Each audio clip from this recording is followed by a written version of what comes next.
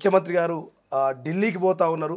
All party నేతల్ని all పార్టీలని ఐక్యం చేసి ప్రధానంగా ఎంపీలకు ఒక పవర్ పాయింట్ ప్రజెంటేషన్ ఇచ్చి 42% రిజర్వేషన్ అమలుకు ఒక ఉద్యమానికి తెరలేపుతున్నట్టుగా కనబడుతున్నది. సో ఏం జరగబోతుంది రేపు? ఎవరు అడ్డుపడినా బీఆర్ఎస్ బీజేపీలు బీసీలకు మేలు చేస్తుంటే కాళ్ళల్లో కట్టబెట్టిన మేము తప్పకుండా బీసీలకు 42% రిజర్వేషన్లు ఇచ్చి తీరతాం, అమలు చేస్తాం కూడా.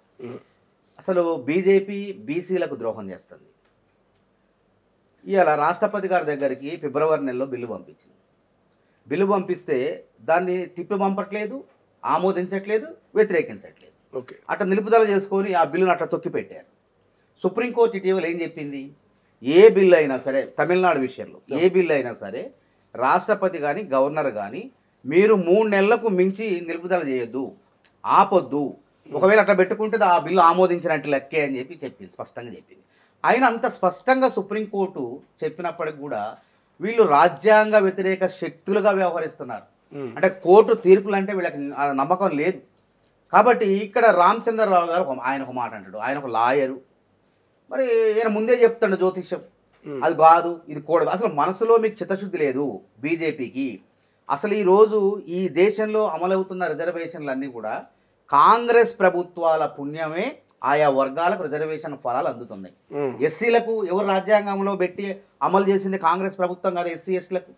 అదేవిధంగా ఈరోజు ఓబీసీలు 27% రిజర్వేషన్లు దేశవ్యాప్తంగా అమలు జరుగుతుందంటే అది కాంగ్రెస్ ప్రభుత్వం, పివి నరసింహారావు తెలంగాణ బిడ్డ ఆ రోజు ప్రధానమంత్రిగా అమలు చేసిండు.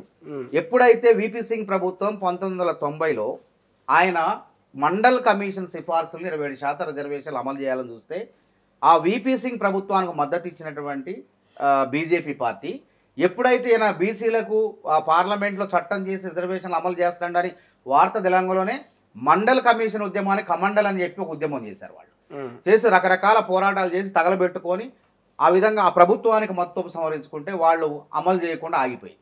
వెంటనే వచ్చినటువంటి కాంగ్రెస్ ప్రభుత్వం, పివి నరసింహారావు తెలంగాణ బిడ్డ, బీసీలకు 27% రిజర్వేషన్లు అమలు చేసినటువంటి చరిత్ర కాంగ్రెస్ ప్రభుత్వాలది.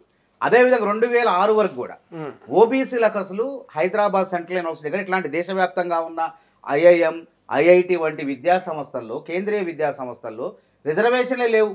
ఆ రిజర్వేషన్లు ప్రవేశపెట్టిన ఘనత సోనియా గాంధీ గారు, దివంగత ప్రధాని మన్మోహన్ సింగ్ గారు. మరి అదేవిధంగా ఇక్కడ చర్చ ఎక్కడికి వస్తుంది, 42% రిజర్వేషన్లు అన్నప్పుడల్లా తమిళనాడు మీదకి పోతుంది. తమిళనాడులో 69% రిజర్వేషన్లు కొనసాగుతున్నాయి. ఇలా 69% రిజర్వేషన్లు రాజ్యాంగ రక్షణ కల్పిస్తూ వాటిని 9వ షెడ్యూల్లో చేర్చినటువంటి ప్రభుత్వం ఏ ప్రభుత్వం? 76 రాజ్యాంగ సవరణ, 94 చట్టం 96, 76 రాజ్యాంగ సవరణ 1994లో పివి నరసింహారావు తెలంగాణ బిడ్డ ఆడ 69% రిజర్వేషన్లకు రక్షణ కల్పించే విధంగా పార్లమెంట్లో ఆమోదం తెలిపి 9వ షెడ్యూల్లో పంపించిండు. ఇన్ని మార్గదర్శకాలు మన ముందు ఉంది. కాంగ్రెస్ ప్రభుత్వం ఇంతమందికి అరగారిన వర్గాలకు, బహుజనులకు అవకాశాలు ఇచ్చింది. ఇప్పుడు కూడా ఇదేమైనా ఎన్నికలు ఉన్నాయా? ఎప్పుడు ఇచ్చిన హామీ ఇది రాహుల్ గాంధీ గారు? రాహుల్ గాంధీ గారు భారత్ జోడో యాత్ర నుంచి ఆయన భాగీదారీ ఉద్యమం మొదలుపెట్టి, అంటే హక్కుదారులు ఎంతమంది ఉన్నారు, ఇట్నా ఆబాది ఉత్నా హక్, ఎంత మేమెంతో మాకంత వాటా, మేము భాగీదారులం అని చెప్పేసి భాగీదారుల హక్కులు కాపాడాలని చెప్పి, వాళ్ళకి రాజ్యాంగపరమైన హక్కులు కావాలి, వాళ్ళ వాటా తేల్చాలని చెప్పి ఆయన దేశవ్యాప్తంగా పోరాటం చేసుకుంటూ కామారెడ్డి డిక్లరేషన్, ఎప్పుడది అసెంబ్లీ ఎలక్షన్లకు ముందు డిక్లరేషన్లో 42% రిజర్వేషన్ మేము అమలు చేస్తామన్న తర్వాత చిత్తశుద్ధి వీళ్ళు మొన్నటిదాకా ఏమన్నారు, బీజేపీ వాళ్ళు, బీఆర్ఎస్ వాళ్ళు, మీరు ఎప్పుడు అమలు చేస్తారని అమ్మడబడ్డారు. ఎప్పుడైతే అసెంబ్లీలో రేవంత్ రెడ్డి గారు శాస్త్రీయబద్ధంగా కులగణన చేసేసి దాన్ని రాష్ట్రపతికి బిల్లు పంపించిండు ఆమోదం కోసం, అప్పుడు వీళ్ళు మద్దతు తెలిపారు. అసెంబ్లీలో బీజేపీ వాళ్ళ మద్దతు తెలిపారు, 8 మంది ఎమ్మెల్యేలు, బీఆర్ఎస్ వాళ్ళు తెలిపారు, అన్ని పార్టీలు మద్దతు తెలిపినాయి. తెలిపి ఆడిపోయిన తర్వాత ఏం మాట్లాడుతున్నారు అంటే బీసీలకు ద్రోహం చేసే ప్రయత్నం చేస్తున్నారు. ఏమంటారు, నోటితో మాట్లాడుతున్నారు, నొసటితో వెక్కిరిస్తున్నారు. హామీ ఇచ్చింది కాంగ్రెస్ పార్టీ, అమలు చేయాల్సింది కాంగ్రెస్ పార్టీ. రాజ్యాంగంలోని 9th షెడ్యూల్లో అది పెట్టే ప్రసక్తి లేదని రామచంద్రరావు కుండబద్దలు. ఎవరు చెప్తారు? కళ్ళ ముందు ఉదాహరణ ఉంటే ఓన్లీ న్యాయవాది మాత్రమేనా? కానీ రాజ్యాంగ నిపుణులు, తర్వాత అడ్వకేట్ జనరల్, వీళ్ళంతా కలిసి ఇలా క్యాబినెట్లోకి వచ్చిన తర్వాత 3 మార్గాలు ఉన్నాయి, మధ్య మార్గాలు. ఒకవేళ వీళ్ళు బీసీలకు ద్రోహం చేసినా మేము బీసీలకు రిజర్వేషన్ అమలు ఎట్లా చేయాలో మాకు తెలుసు. ఒకటి, రాష్ట్రపతి ఆమోదానికి పంపినాం, అసెంబ్లీలో చట్టబద్ధంగా మద్దతు చెప్పారు. ఇప్పుడు మేము మాకు అవసరం లేదండి. ఎందుకు వాళ్ళు చెప్పే కారణం ఏంది, కుంటి సాకు ఏంటంటే ఇందులో ముస్లింలను బీసీల్లో చేర్చారంటారు. అరే తెలివి లేని వాళ్ళరా, మీరు గుజరాత్లో ఏం చేశారు?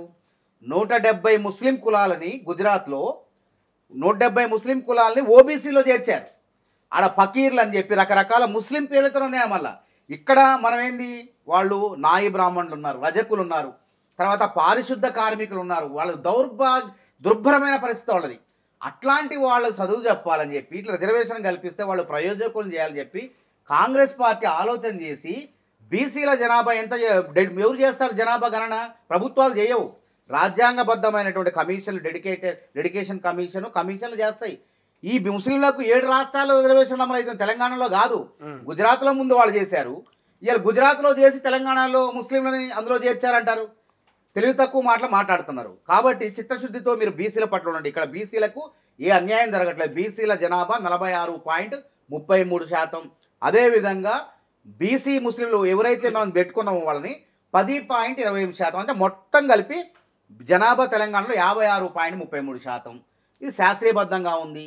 మీరు రాష్ట్రపతితో ఆమోదింపజేయండి. మీ చేత కాకపోతే సుప్రీంకోర్టు అక్షింతలు వేసింది. అన్ని నెలలు, ఇప్పుడు 5-6 నెలలు అవుతుంది బిల్లు పంపి, అన్ని నెలలు నిలుపుదల చేయొచ్చా? వెనక్కన్నా పంపాలి, లేకపోతే ఆమోదించాలన్నా ఆమోదించాలి. ఇట్లా చేయకుండా బీసీలకు ద్రోహం చేస్తుంది బీజేపీ పార్టీ ప్రధాని. ఎందుకంటే ఇక్కడ నుంచి పంపించినాం, మనకు ఢిల్లీ పంపించినాం.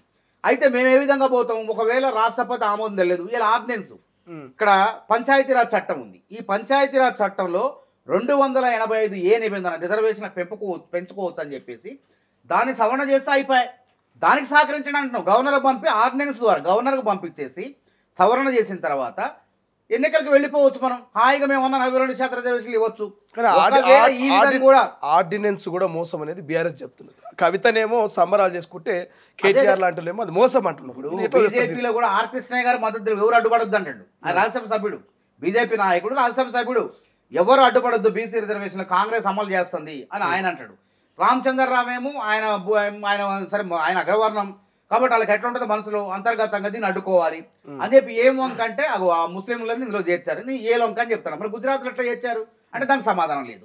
కాబట్టి ఇది ఎవడిని అడ్డుపడినా కాళ్ళల్లో కట్టెలు పెట్టినా, వాళ్ళ కళ్ళు ఎర్రబడినా, వాళ్ళ పొట్టలు పగిలిపోయిన కుళ్ళు బుద్ధితో ఇక్కడ కేవలం ఎందుకు అడ్డుకుంటున్నారంటే కాంగ్రెస్ కి పేరు వస్తుంది బీసీలో. ఇప్పటికే ఈ రిజర్వేషన్లు అన్ని కాంగ్రెస్ పార్టీనే ఇచ్చింది. నిజంగా ఈడబ్ల్యూఎస్ రిజర్వేషన్లకు కూడా అసలు ప్రతిపాదన కమిషన్ వేసింది కాంగ్రెస్ ప్రభుత్వాలే. 2011లో మన్మోహన్ సింగ్, అదొక రాజ్యాంగబద్ధంగా సరే మోడీ ప్రభుత్వం ఆమోదించింది. దానిలో కొన్ని లోపాలు ఉన్నాయి. మొత్తాన్ని మేము సవరణలు చెప్పినా వెళ్ళి వాళ్ళు పట్టించుకోలే. కాకపోతే ఈ దేశంలో మళ్ళీ రాహుల్ గాంధీకి పేరు వస్తుంది. రాహుల్ గాంధీ బీజేపీ యొక్క ప్రతిభ అనేది మసకబారిపోతుంది, మోడీ ప్రభావం తగ్గిపోతుంది. రాహుల్ గాంధీ ప్రధానయితుడు, ఈ దేశంలో అత్యధిక సంఖ్యలో ఉన్న బీసీలు దగ్గర అవుతారు. కాబట్టి కులగండ వర్గీకరణ అంశం కూడా గుర్తుపెట్టుకోండి. దేశంలో సుప్రీంకోర్టు తీర్పును ఏ రాష్ట్రమైన అమలు చేసిందా? ముఖ్యమంత్రి రేవంత్ రెడ్డి అమలు చేసిందని. ఇలా ఎంబీబీఎస్ సీట్లు పొందుతున్నారు. మాదిగ సామాజిక వర్గ ఉపకులాల వాళ్ళంతా కూడా ఎంబీబీఎస్ సీట్లు, ఇంజనీరింగ్ సీట్లు పొందారు. ఈ ఘనత కాంగ్రెస్ ప్రభుత్వాన్ని, రేవంత్ రెడ్డిది, రాహుల్ గాంధీది. కాబట్టి ఈ పేరు ఒకవేళ 42% రిజర్వేషన్లు అమలు చేస్తే ఈ రాష్ట్రంలో అమలైతే తమిళనాడులో ఉన్నాయి, తర్వాత మధ్యప్రదేశ్లో కూడా 63% రిజర్వేషన్లు అమలవుతున్నాయి. అక్కడ మరి 2 రాష్ట్రాలు కళ్ళ ముందు ఉన్నాయి.